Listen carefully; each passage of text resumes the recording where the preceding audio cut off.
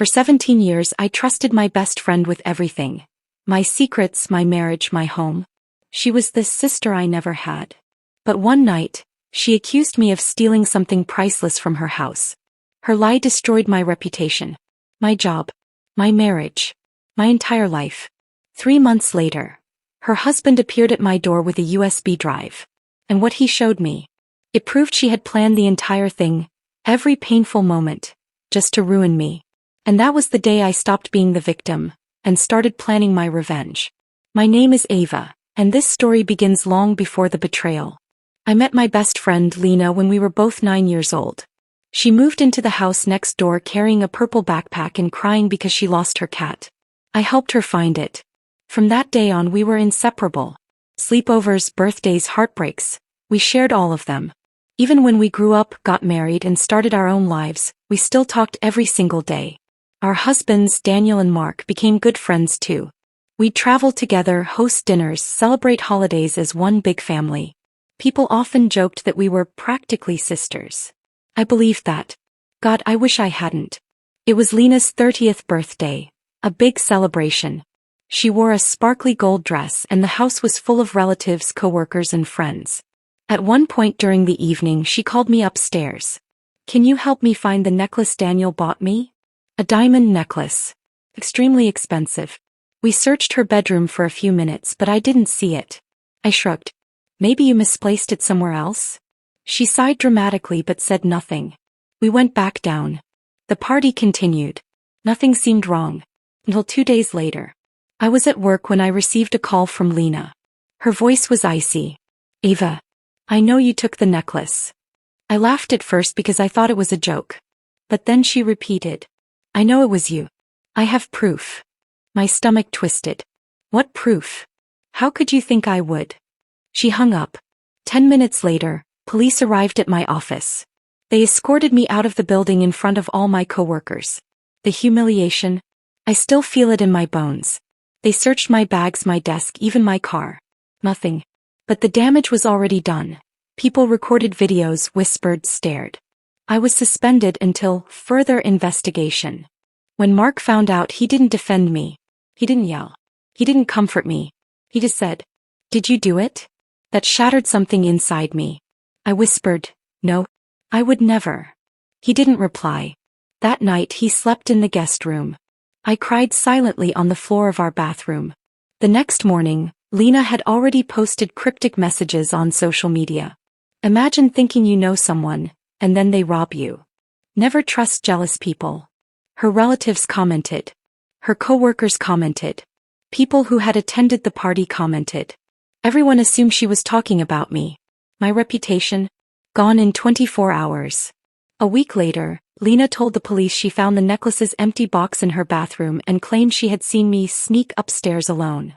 Which was technically true. I had gone upstairs with her earlier. It looked bad.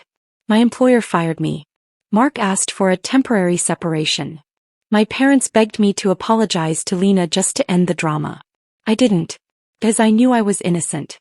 But no one, absolutely no one, believed me. I moved into a small apartment. I barely slept. I barely ate. Every day I asked myself, how could someone who loved me for 17 years believe I would steal from her? Why would she do this? What did I ever do to her? I replayed every conversation, every memory, every little moment, trying to find the reason. There wasn't one. Until the day the truth showed up at my door. It was a rainy Thursday when Daniel, Lena's husband, knocked on my door. He looked exhausted. Guilty. Ava, can I come in? I hesitated, but something about his expression made me step aside. He sat on my couch and ran his hands through his hair. I didn't know the truth until last night, he said quietly. Lena didn't lose the necklace. She hid it. My entire body froze. He took out a USB drive and placed it on the table. I had our home security company send me backup footage for something unrelated, he explained. And I saw everything. He met my eyes. She framed you. On purpose. My hands were shaking as I plugged the USB into my laptop.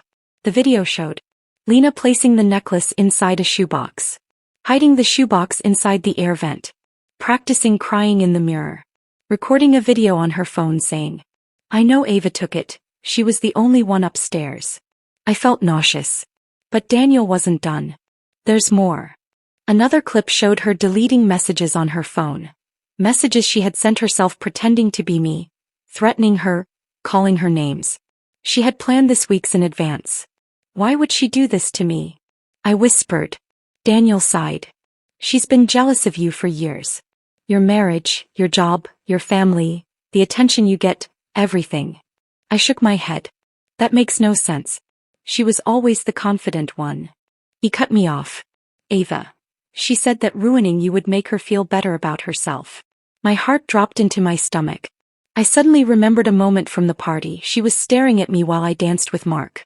Her expression, unreadable. Now it all made sense. She didn't love me. He envied me. Daniel offered to go to the police with me. But I thought bigger.